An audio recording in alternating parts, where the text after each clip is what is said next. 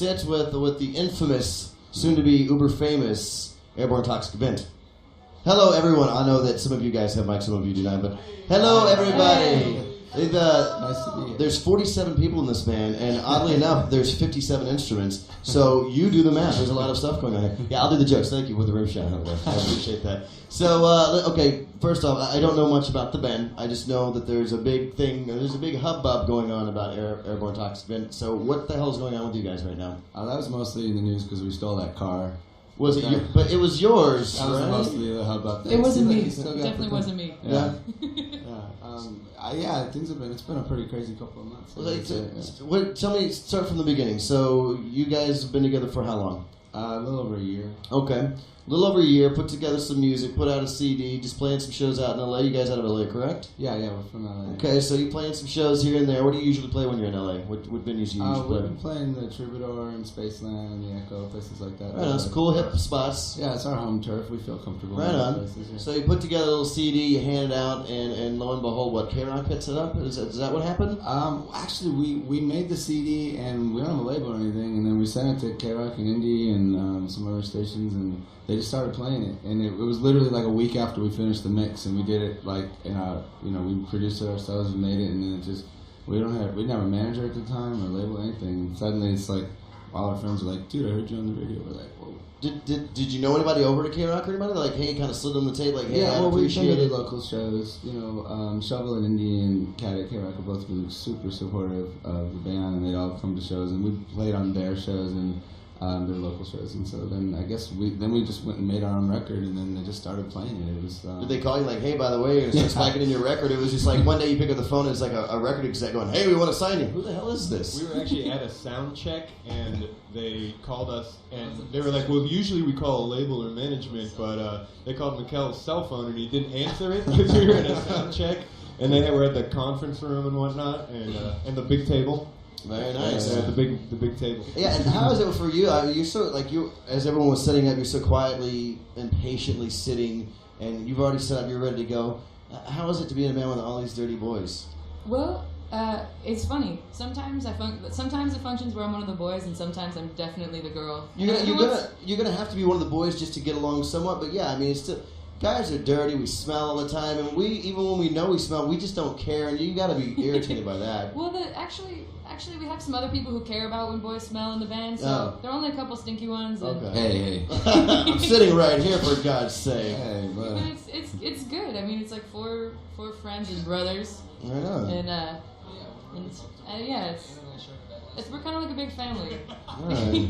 That was Steve. Well, since we've got everything set up and you guys set everything up, let's play some rock and roll then. Oh, all right. We're gonna play some rock and roll. Let's start with Gasoline. We're gonna play some rock and roll. We don't have to start off soft, man. This is South by. I'm drunk already anyway. This is a little rock and roll song called Gasoline.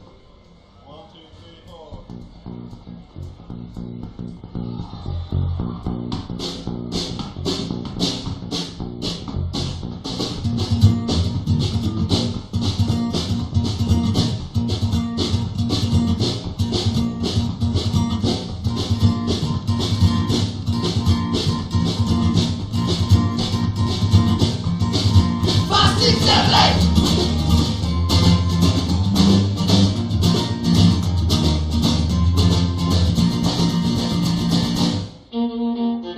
All the time away, you're still on my mind. And we run our own almost all the time. And so step away for a second or two, and I close my eyes, and I'm thinking you. We were only 17, we were holding in our screens like we torn it from the pages of some lipstick magazine. And you scratch and turn and say that we burn ourselves up till we scream like gasoline.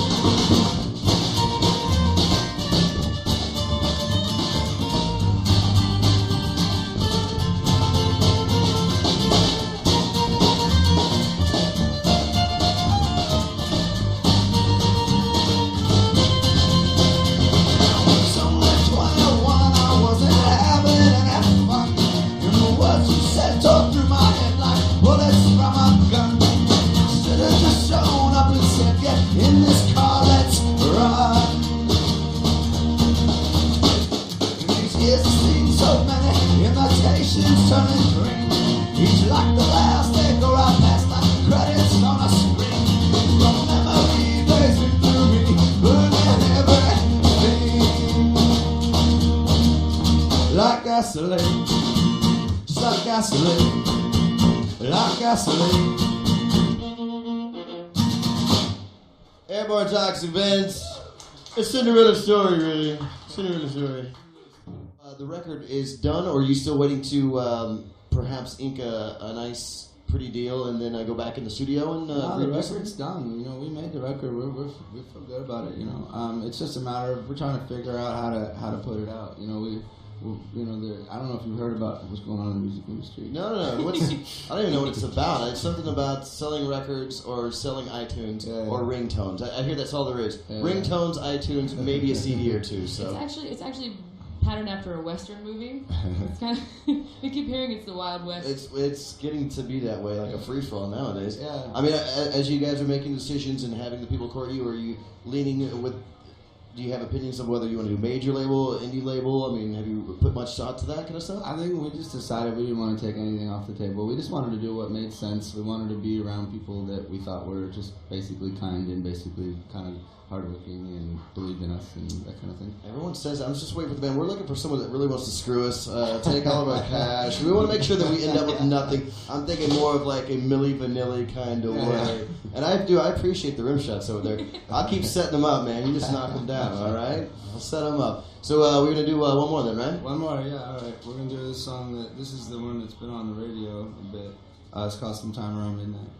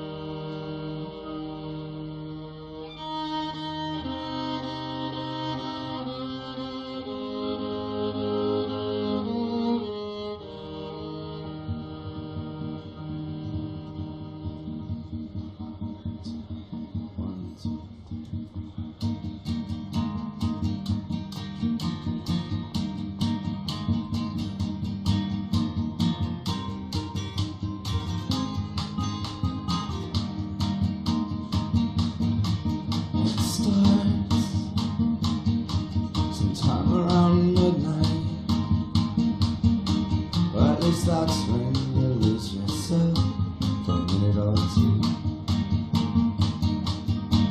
As you stand under the bar lights, and then the band plays this song about forgetting yourself for a while. And the piano's this melancholy soundtrack to her smile. In that white dress she's wearing, you haven't seen her for a while.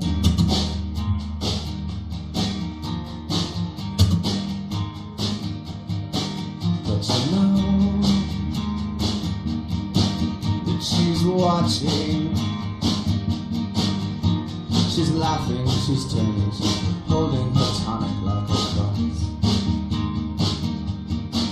The room suddenly spinning, she walks up and asks how you are. So you can smell her perfume, you can see her lying naked in your arms.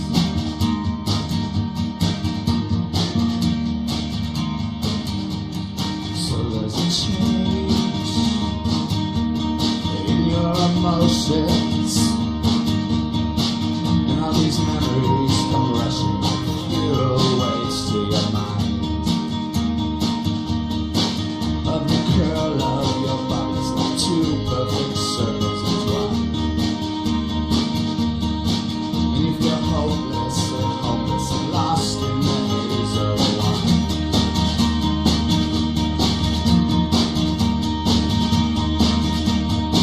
Then she leaves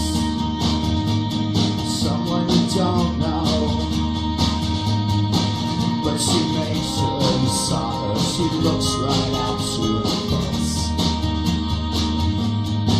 as she walks out your door, her blood boiling, your stomach in roast. Oh, when your friends say, what is it you look like? You see a gun.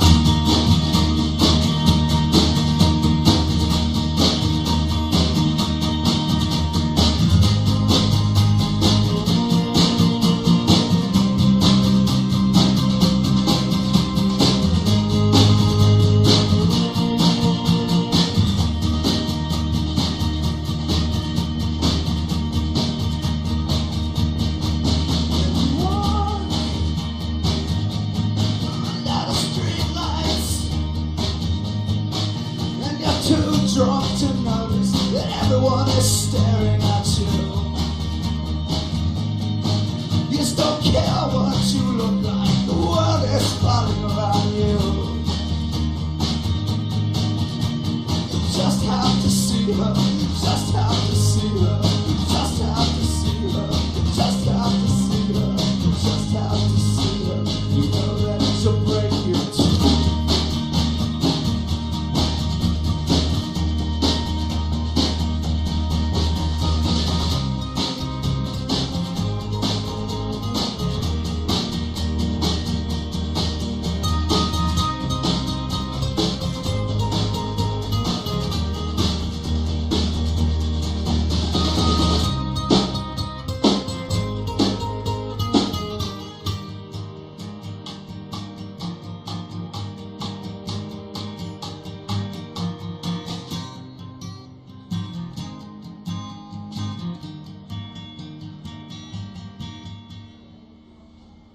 Airborne Toxic Event, ladies and gentlemen. Feel free to clap. It's okay. It's okay.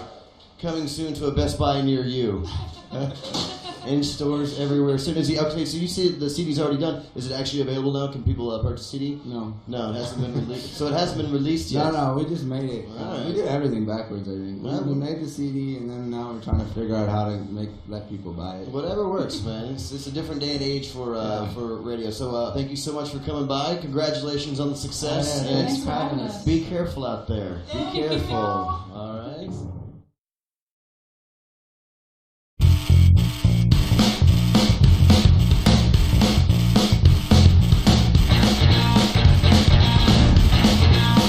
Now I'm going to regale you with a story about this wee little band out of Los Angeles about a year ago, a little more than a year ago.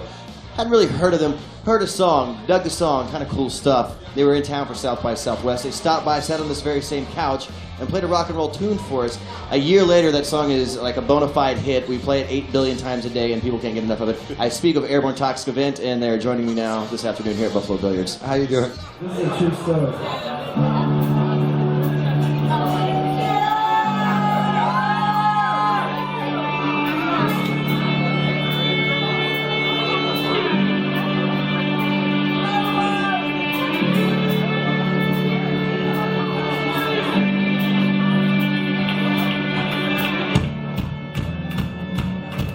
That about sum up? Is that, Yeah, that's about. I'm surprised it's the same couch. You guys Is did it the actually- cleanest couch. Oh, I hope we cleaned it. In Like- fact, careful, you might get pregnant at some point. So I'm just going to warn you now, okay? So it's been a good year for you guys, right? This has been a Yeah. good 2008 Yeah, it's and been- getting into 2009. Tiring, that's for sure. Yeah? Is it any easier? Now, people always assume that a band gets a song on the radio. They have the hit song on the radio, and you're millionaires. Is that the case? Yeah, I got $10 million. Wow. I actually own part of IEG.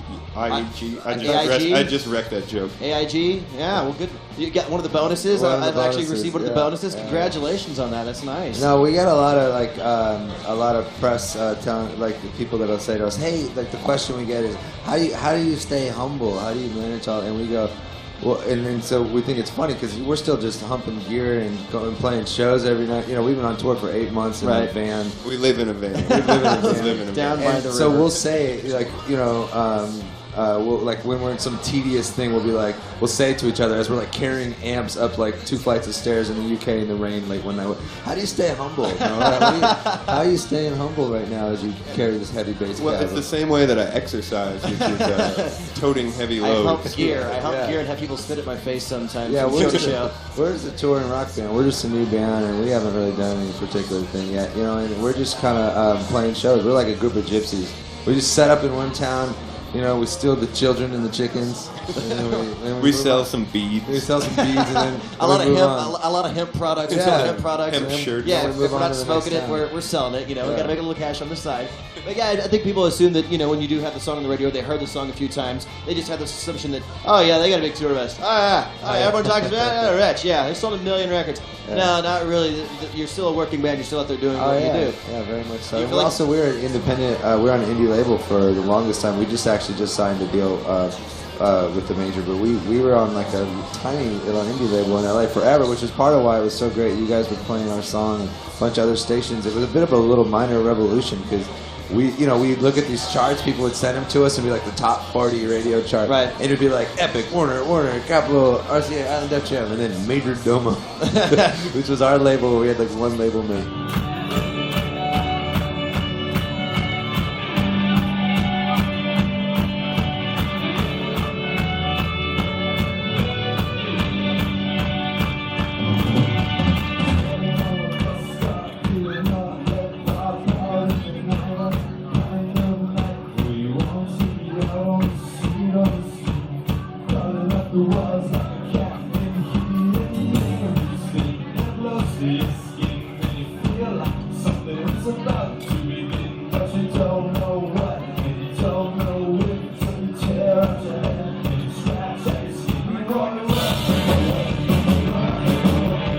It's gotta feel good though, because it's almost like it's you guys giving the big, look what we're doing without, look what we're doing. We don't need the corporate I money. don't think it was that. It was more that people just kind of rallied to our side. You know, people were very like supportive, and it was super cool. You know, every now and then stuff like that happens, and we felt very, very like well taken care of. Like people, like for example, you guys were just very like playing our song, even though you weren't getting the $1 million checks that you're getting.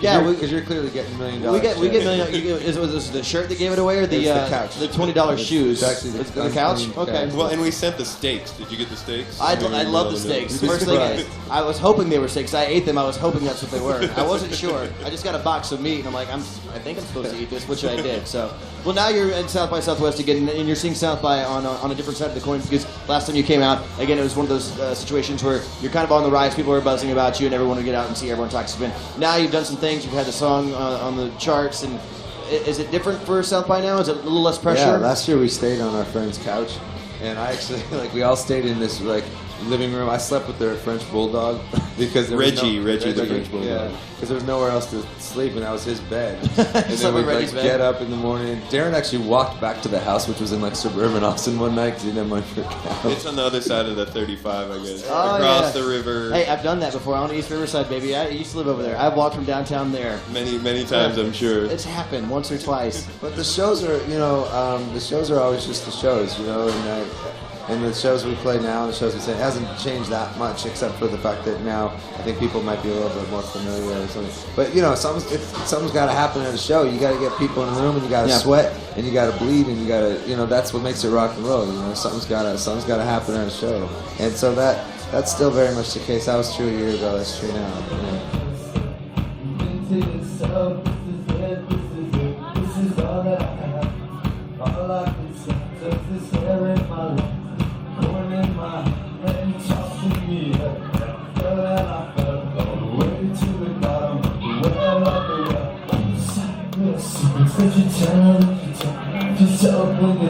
No one's listening too well, and then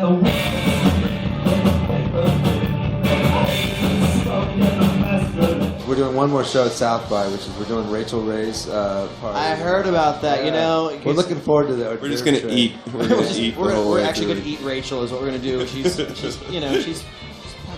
is she old friends with you? Like, No, how the hell did you get on that? I don't know. She just. I think last year she had this party and everyone was like, "Why the hell is Rachel Ray having a party at South by?" But then she had these really cool bands and the party went off. Yeah, and everyone was like, she had a beauty bar last year, and I was talking to my buddy Jason, who's over with Beauty Bar, and I'm like, Rachel Ray, really? He's like, bro, she partied. We sat there and did tequila shots all night. Like, she kept up, she hung, she was totally cool. I'm like, all right, I give her some props for drinking lots of tequila. I'll give her that. Gourmet tequila. So she told us she asked us to play, and we kind of weren't sure. And then she told us the Hold Steady were already playing, and the New York Dolls, and we were like, okay, we're in. All right, well, that's cool, man. Well, thank you so much, man. Great to see you again. Congratulations on everything. Yeah, thank you very much. We're gonna play a track down here, but we're gonna play a little something different instead of sometime around midnight. What do you know which one we're playing? I have no idea. I think it's Gasoline. Gasoline. Gasoline. Gasoline. Okay, here it is. Airborne Toxic Event. 101X. And then she has seen so many.